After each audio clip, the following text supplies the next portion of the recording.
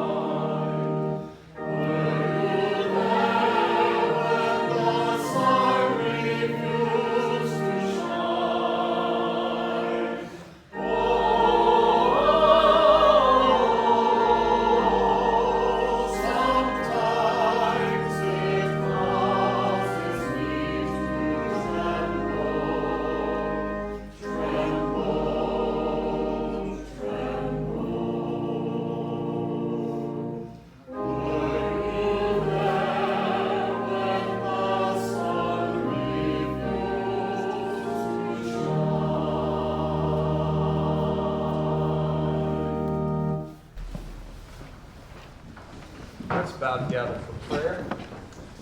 Good and gracious God, we are here on this Good Friday because of how Jesus was there on the cross for us and for our salvation. We are grateful, God, for the privilege of gathering for worship because of all of this day means. It is good to us because of the difference that Jesus' death has made for us. Help us to reflect on this wonderful promise and how we can deny ourselves, take up our cross, and follow after Jesus, in whose name we do pray. Amen. Thank you, and be seated. It's good to see you this morning. We welcome you to this Good Friday worship. Let me join Kelly in expressing thanks to all of you who have been so very faithful during this week for our women and for the good work that they have done in our noonday meal. And after our service today, I would invite you to go down to Heritage Hall and enjoy this meal with us today. I also want to express appreciation to Kelly and the choir for a wonderful job last night of leading us in worship. I know that the weather was bad, and some of you had wanted to come and be a part of that service and were unable to do so because of the weather. I would say to you that if you go to our website, you will be able to archive or to be able to watch the service on the archive link. So just go to the website, to the Watch tab, and look up the archive service, and you'll be able to access the service on your computer. But we're glad you're here today. Especially guests who are with us, we thank you for coming and sharing with us. And Sarah Rich will come now and lead us in song. I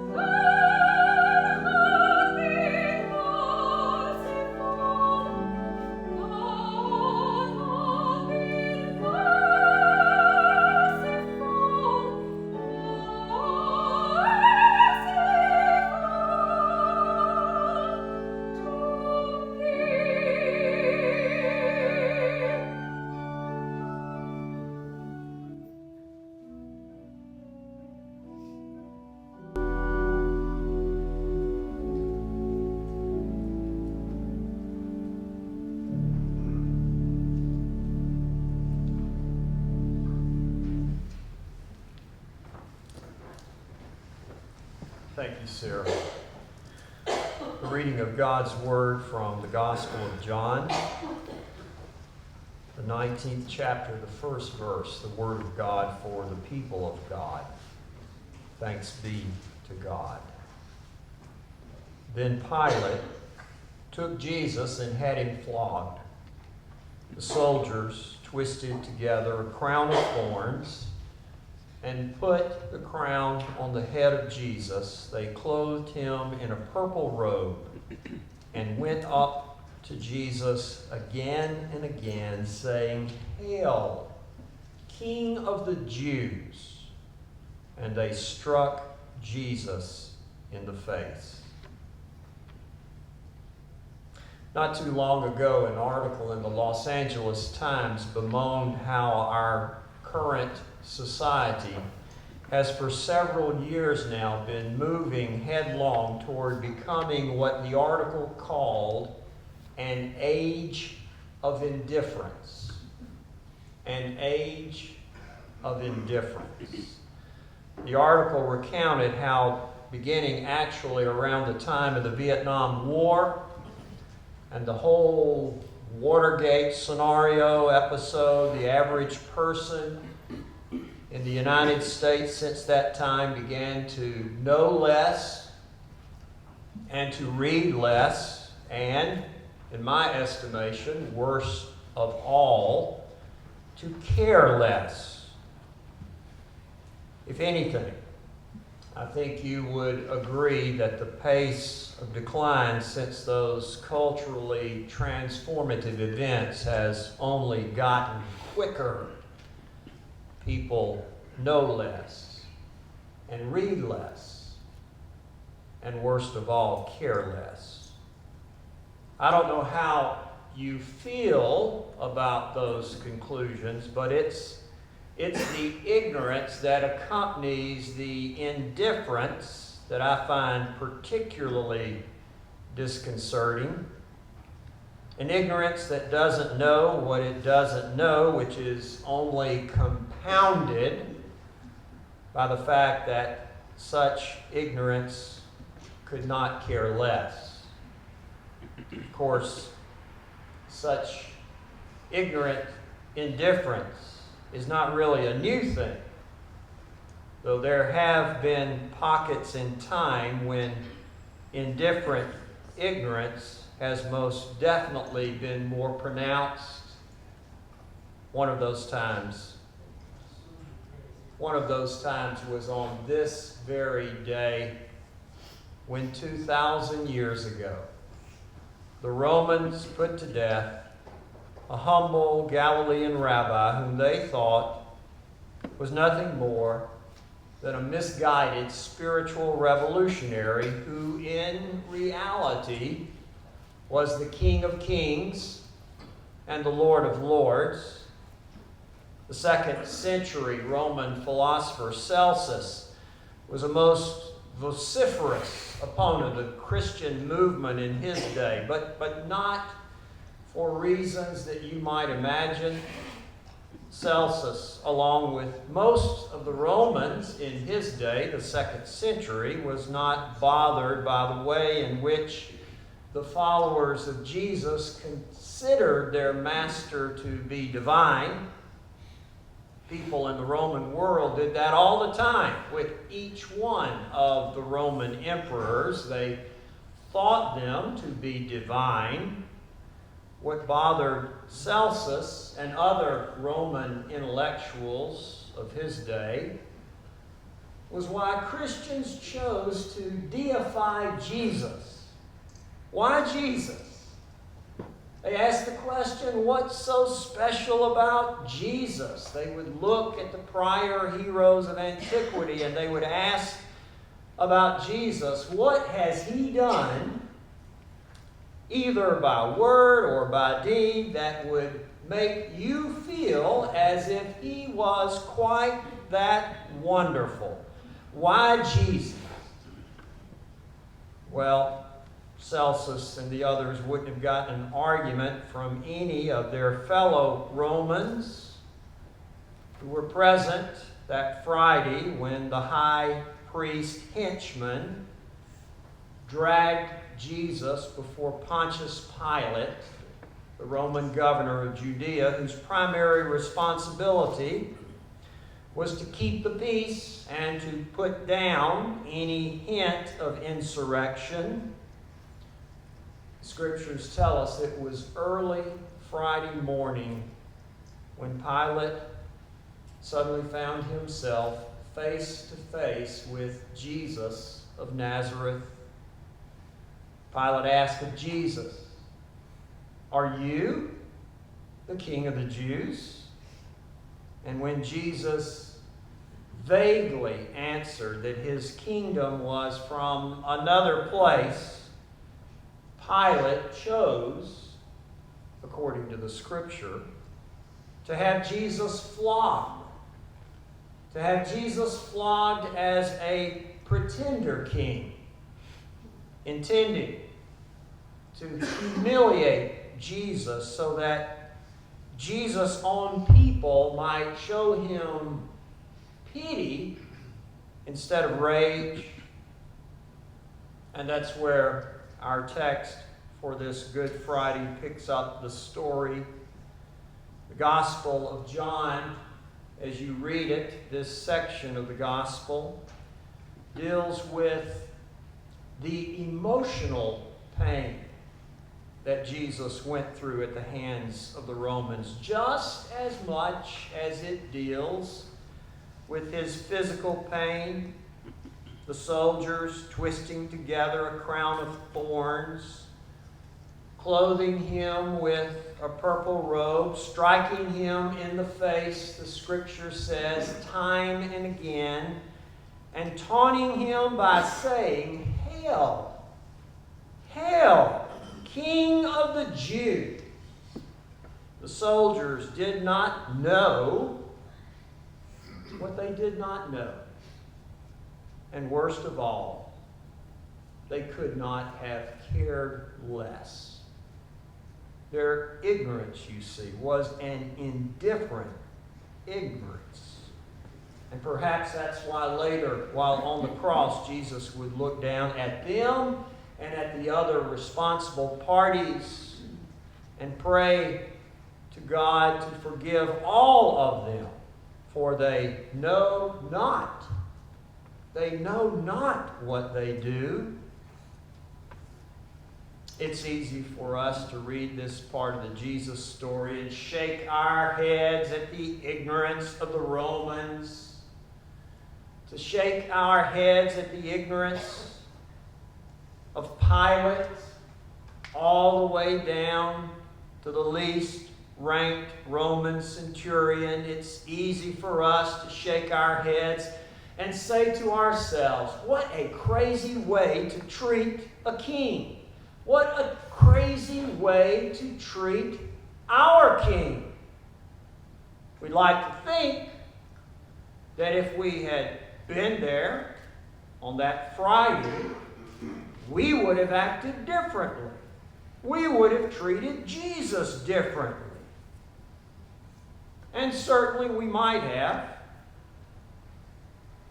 though probably not. And truth be told, that's really not why the Gospels go into such detail on the sufferings of Jesus. Jesus suffered not only because the people who inflicted his suffering upon him were clueless about who Jesus really was. Jesus suffered because of how his suffering would be the means by which God, in God's providence, would choose to expose a worldly system of might makes right, how God in his providence would choose to humiliate the powers of this world that trade in violence and degradation, so that in their place love and grace, and as Sarah sang, mercy might reign supreme. The reason that we call this day Good Friday. Rudy, you asked me that question as we were coming in. is because of how in the cross of Christ we are made aware of a God who, though more than able to have protected his only begotten Son from the evil that inflicted on him such physical and emotional pain, our God chose not to do so, in order that we might be able to wrap our minds and our hearts around the fact that someone could love us so much that he would choose to give his life rather than to retaliate and to take someone else's life. And make no mistake, triumph is what Jesus achieved at Calvary.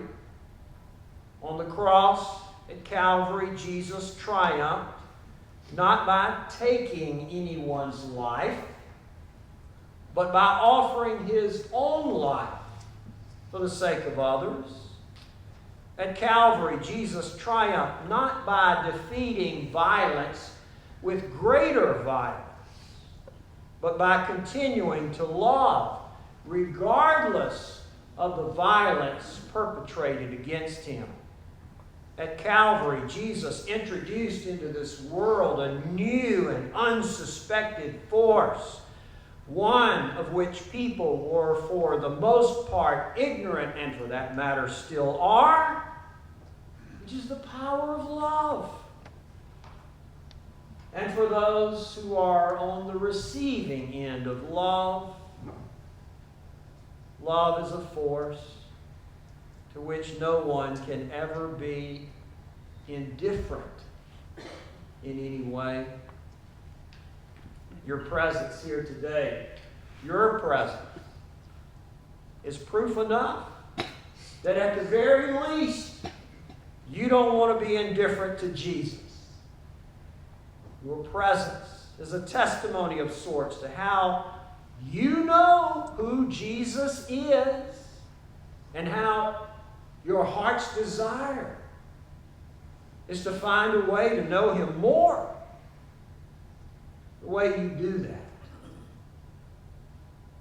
is by following in his footsteps, showing grace in the face of rejection, showing mercy in the face of offense, showing love when confronted by abject hate.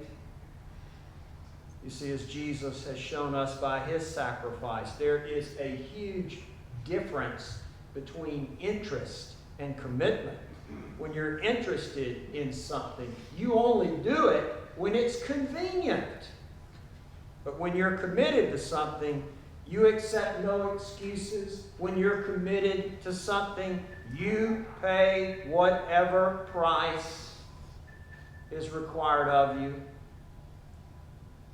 So on this Good Friday, are you willing to follow Jesus and, as the old hymn says, to cherish his old rugged cross, to cherish it so much that its shame and reproach gladly bear? What else? What else does a king deserve from his subjects other than a commitment like that? The story is told that once upon a time in a small kingdom far, far away, the king of the land became gravely ill, and all the citizens of the kingdom were called together to the palace grounds to be informed of the king's condition. Someone stood before the crowd and announced to those gathered that the king's condition was so grave, so serious, that only a new heart could save the king's life. Now, the king was deeply loved because the king had so generously provided for all of the needs of his subjects, so it was to no one's surprise that when the need for a new heart was announced to the crowd began to shout, "My heart for the king! I'll give my heart for the king!" king's servants didn't know what to do. And they certainly didn't know how they would select one donor to give a heart for the king out of such a crowd. So they asked all the citizens, come back the next day, and one of you will be selected out of the crowd as the donor for the king. Well, as you would imagine, there was a great deal of excitement and anticipation as the next day came. The subjects gathered on the palace grounds, and shortly the king's servant emerged at the royal balcony, announcing that the king's condition had worsened. He was very near death. The selection of the donor had to be made quickly if the king's life was to be saved. So the crowds began their chant, "My heart for the king, my heart for the king." And the servant then announced the method by which the donor among the crowd would be chosen. The messenger would drop a feather from the balcony. And whoever in the crowd on whom the feather lighted would become the subject whose heart would be given to the king. So you can picture the scene as a hush falls over the crowd as the servant holds the feather over the balcony railing. And then, as the feather floats down toward the crowd, the chant begins once again, though this time with a sad twist. My heart for the king.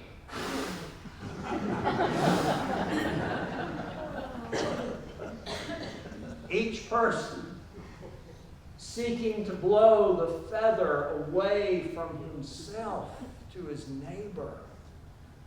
I'll give my heart for the king.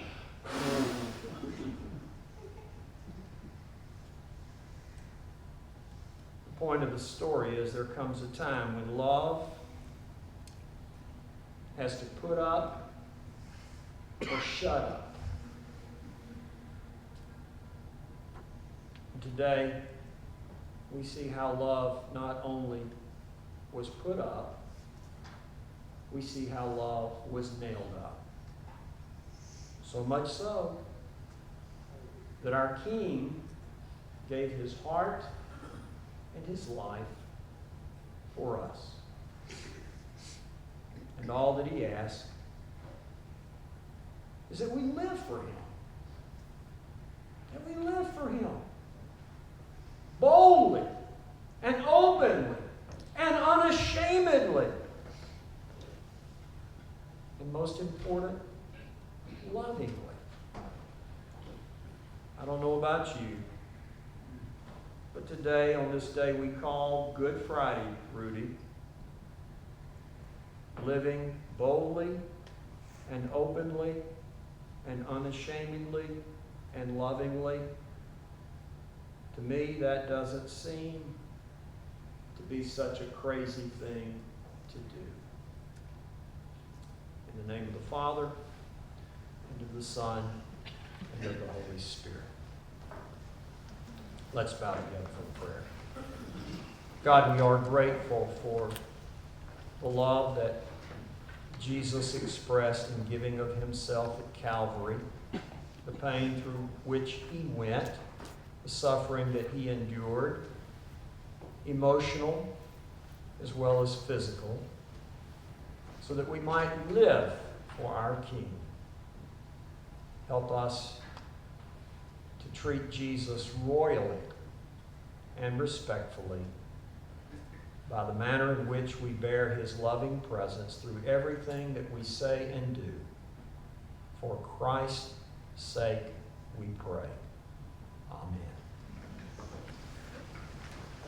To close today, we sing on the final stanza of the Old Rugged Cross, page 185. Let us stand as we sing together.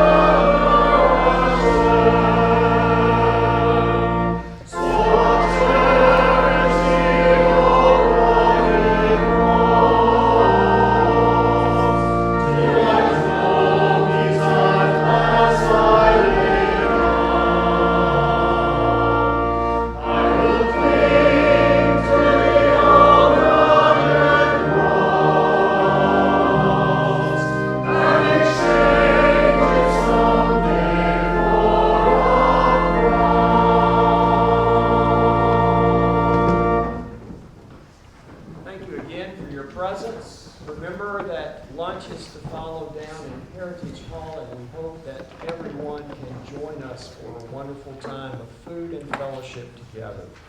Let's pray. Our Father and our God, we most definitely know who Jesus is because we live this side of Easter. We cannot be indifferent to what he has done for us.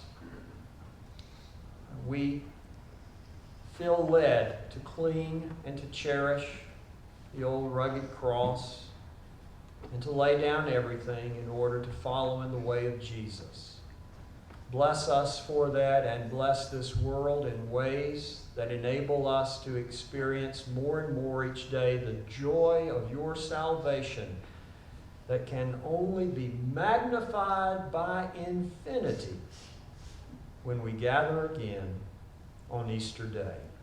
All of this we pray in the name of our King of Kings and Lord of Lords, Jesus Christ.